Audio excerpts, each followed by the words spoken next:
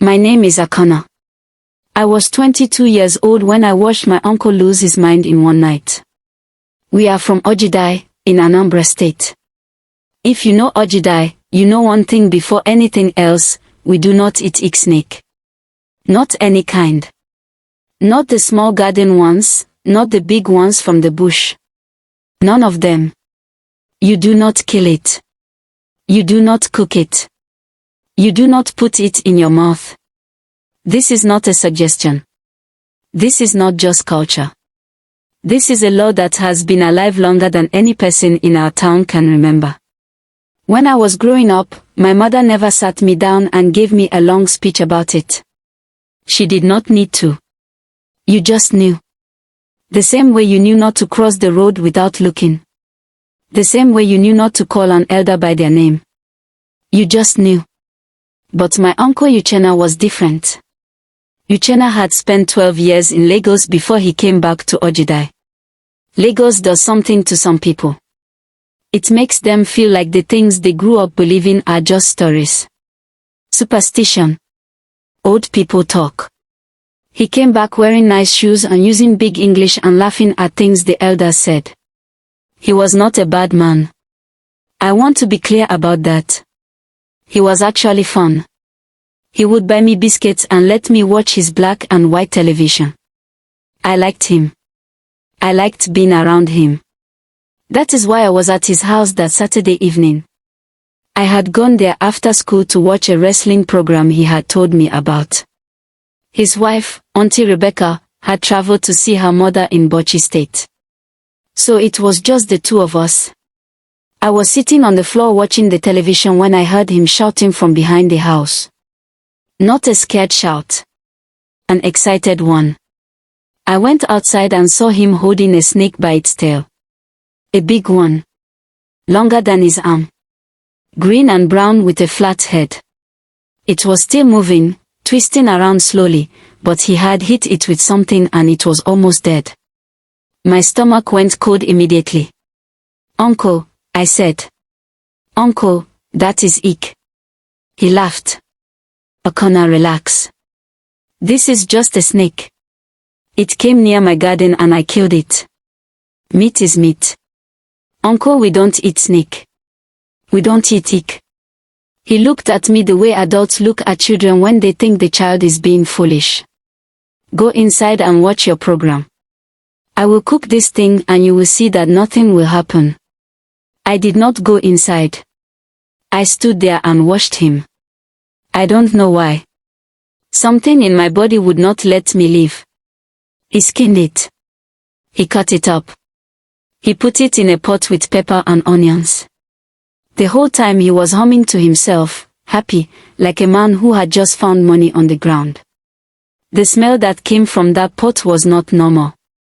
I cannot explain it well. It smelled like food, yes, but underneath the food smell there was something else. Something old. Something that did not belong in a kitchen. I told him I was not hungry. He shrugged. He ate alone. That night I slept in his second room because it was already late and he told me to stay. I fell asleep watching the television. Something woke me up around midnight. At first I thought it was a dog outside. There are always dogs making noise at night in our area. But then I heard it again and I sat up. It was coming from inside the house. It sounded like someone dragging something heavy across the floor. Slow. Then stopping. Then again. Drag. Stop. Drag. Stop. I sat on that bed and did not move. I was not a brave 22-year-old. I want to be honest with you. Then I heard my uncle's voice. He was not screaming. That was the part that frightened me more than anything. He was talking. Low and quiet, like a man having a conversation. But the words were not making sense. They were not English. They were not Igbo either. Not any Igbo I had ever heard. It was like Igbo but stretched and broken, the way a cassette tape sounds when the battery of the player is dying. I got up. I know that sounds stupid. but I got up. I opened the door of the room slowly and looked into the parlor. My uncle was on the floor. He was not lying down. He was on his stomach, but his arms were flat against his sides. Just flat, pressed against his body. And he was moving across the floor. Slow. Dragging himself forward with only his chest and the tips of his feet. His head was raised and his eyes were open. He looked at me. His eyes were open, but Uchenna was not in them. I cannot tell you what was in them instead. I do not have the word for it. It was not anger. It was not pain. It was something much older than both of those things. I ran back into the room and locked the door and pushed the small reading table against it. I sat on the bed with my knees against my chest, and I did not sleep and I did not cry. I just sat there listening. The dragging sound moved around the house all night. Sometimes close to my door. Sometimes far. Once, around maybe 3 in the morning, I heard what sounded like something scratching at the outside wall of the room, near the window. Long slow scratches from the bottom of the wall going up. I did not look at the window. When the first bird started calling outside, I heard a loud crash from the parlor and then silence. I waited. I do not know how long. Then I heard my uncle's voice again, but this time it was normal. Confused and scared. Hello. Hello, who is there? Uchenna. I opened the door. He was on the floor near the center of the parlor. The pot he had used to cook the snake was overturned near the kitchen door. He was holding his head and looking around the room like someone who had just fallen and did not understand how they got there. He did not remember any of it. Not one moment after he went to sleep. But his legs were different. From his knees down, both legs had a rash covering them. Not red exactly. More like scales. Raised and dark and perfectly even, going from his ankles up to below his knees on both legs. The skin had not broken, but it was hard when I touched it. Like dry cracked earth. He looked at his own legs for a long time without speaking. Then he started to cry. My big uncle, who laughed at everything and thought our traditions were old people stories, sat on his parlor floor and cried like a child. He called his older brother. My father's cousin.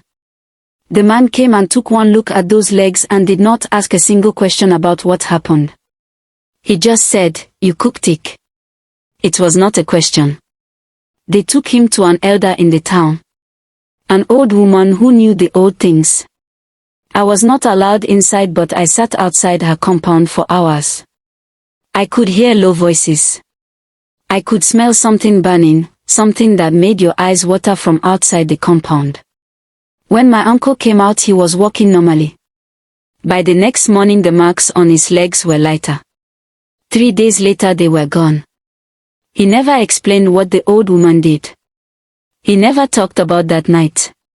Not once. Not even years later, when we were both adults and could talk about hard things.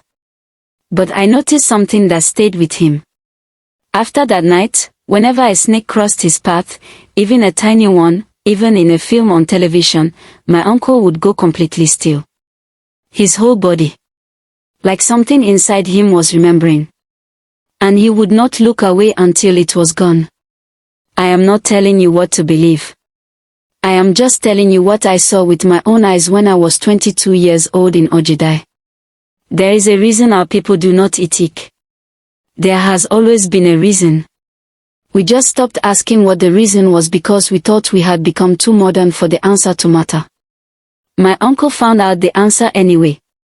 Some knowledge you do not want to receive the way he received it. Thank you for watching. Please subscribe to my channel, like and comment to motivate me to do more.